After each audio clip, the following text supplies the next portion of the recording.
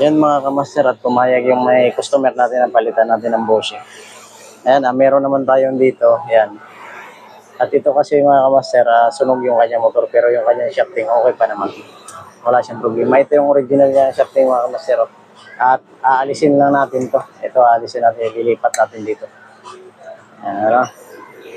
Lipat na natin.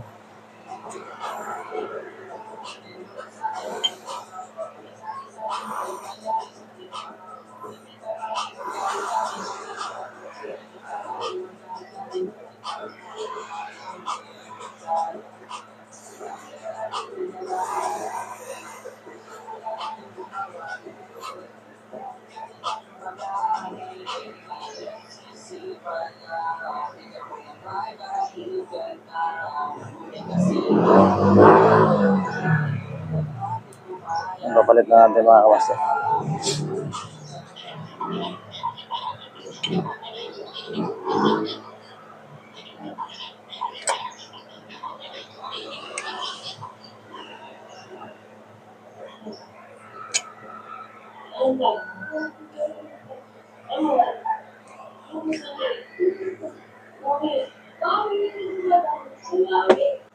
Pero tingnan muna natin kung okay yung kanyang bushing.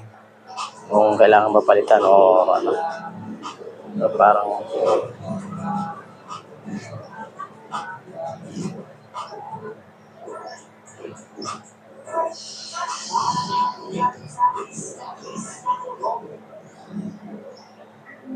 yan, so kailangan din natin palitan yung kanyang bushing mga kamaster kasi alog na siya.